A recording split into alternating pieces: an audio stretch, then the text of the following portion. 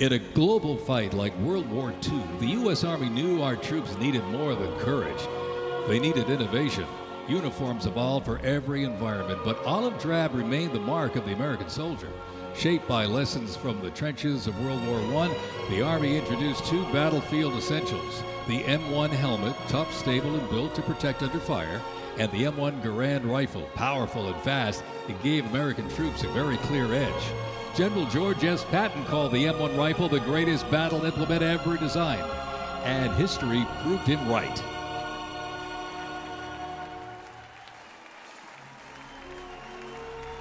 The 82nd Airborne Division. The unit is best known for their bravery on D-Day, when 12,000 parachute and glider troops destroyed German supply lines after fighting for 33 days straight.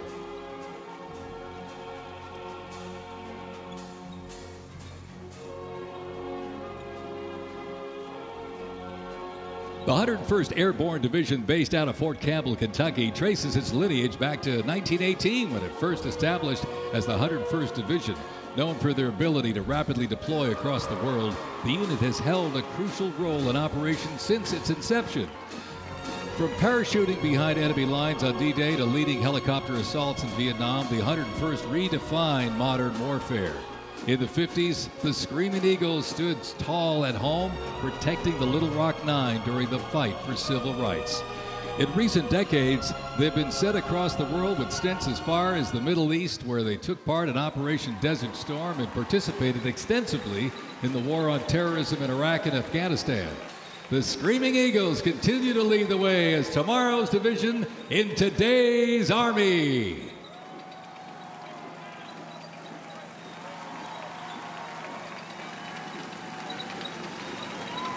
The iconic Sherman tank is here, ladies and gentlemen. It was the cornerstone of the U.S. Armed Forces, showing its military might in World War II. It became one of the most influential tank designs of the 20th century. The M4 tank was nicknamed the Sherman tank after Civil War General William Tecumseh Sherman. Actually, it was named by the British. With almost 50,000 produced during World War II, the Sherman tank was in active service until 1957. In World War II, the M16 half-track was a force to be reckoned with. It was a self-propelled anti-aircraft weapon with speed, firepower, and grit. Nicknamed the Meat Chopper, its quad 50 caliber mount could unleash 2,300 rounds a minute. Quite devastating. It served through Korea, Vietnam, and beyond, and remains in use in U.S. allies to this day. The M16 half-track brings the fight wherever it rolls.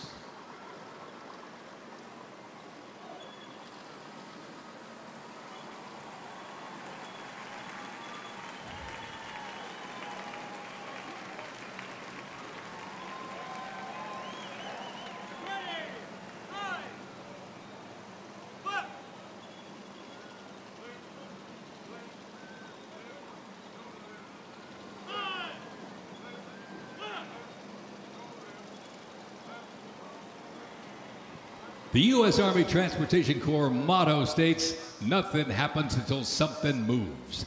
That was never more true than with this. Look at this, the 2.5-ton Chevrolet Deuce and a Half. It can move up to 10,000 pounds of cargo and was the backbone of the Red Ball Express that kept the Allies supplied after D-Day in World War II.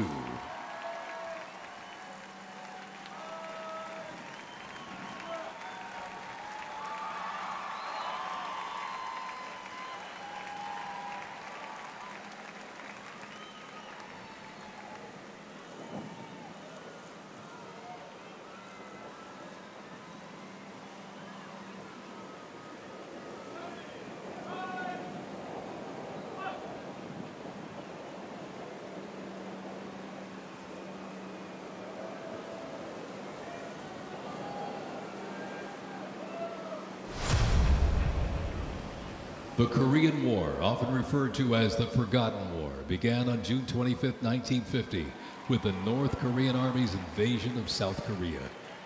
A coalition of South Korea, the United States, and other United Nations members defeated the invasion and advanced into North Korea. The coalition fought and defeated two Chinese offensives in the spring of 1951. Armistice negotiations began shortly after that defeat in July of 1951 until the armistice was signed 2 years later in 1953. Combat consisted of small attacks, raids, and patrolling. During this war, the United States deployed approximately 6.8 million military forces to the Korean Peninsula.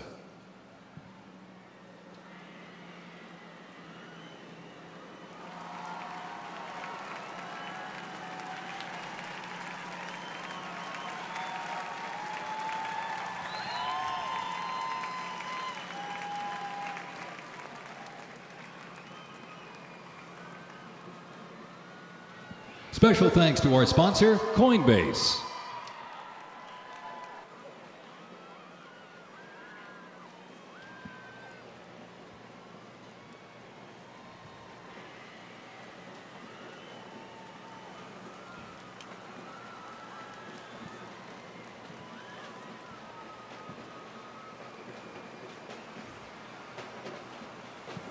The M151 kept rolling along as the lightweight, high-mobility general-purpose vehicle replacing the famed World War II Jeep back in 1961.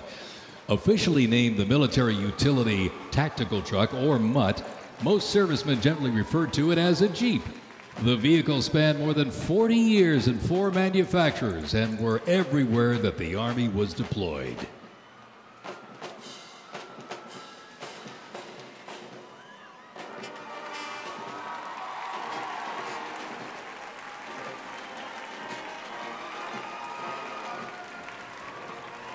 Another rolled by earlier, and at 2.5 tons, this deuce and a half, the M35A2 classic military transport truck, was a mainstay of the U.S. Army for decades, particularly during the Vietnam War and Operation Iraqi Freedom.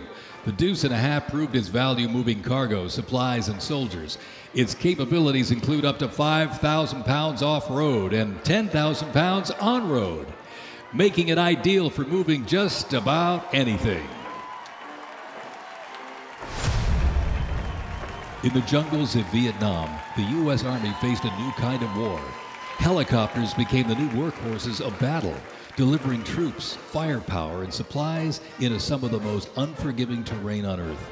This is the U.S. Army in Vietnam, the era of air mobility, fierce firefights, and unwavering brotherhood.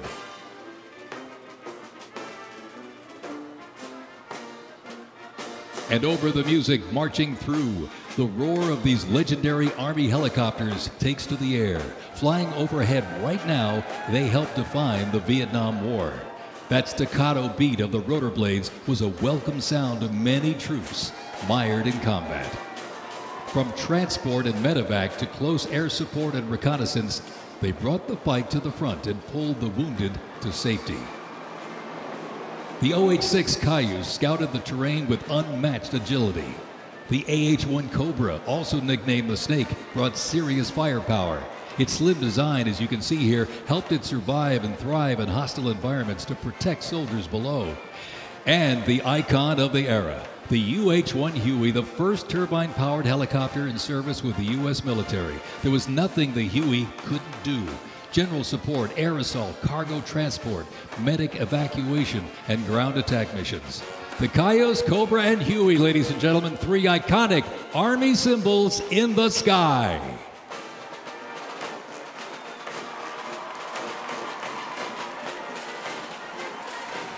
The 1st Cavalry Division Band, based out of Fort Cavazos, Texas, has played a vital role in U.S. military history. Since its origins back in 1855 as the band of the 2nd Cavalry, it has supported operations from the Civil War to Desert Storm. Over time, it's evolved into a powerful force using music to strengthen bonds between soldiers and engage with communities. From World War II in Korea to the Vietnam War in Bosnia, the 1st Teen Band has enhanced morale and upheld the division's enduring legacy. Today, the band continues its mission using music to shape perceptions, foster trust, and promote national Army and division interests. Standing ready to serve, it remains an enduring symbol of the 1st Cavalry Division's legacy and commitment to duty. The band performs Hit the Leather and Ride, a march composed by Captain Robert Meredith Wilson. This piece reflects the cavalry's transition from horses to mechanized warfare, capturing the speed, the resilience, and the tradition of the division. From Fort Cavazos, Texas, everybody, the 1st Cavalry Division Band.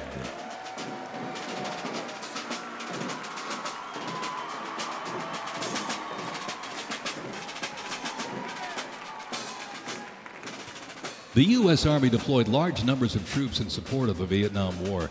The first contingent of U.S.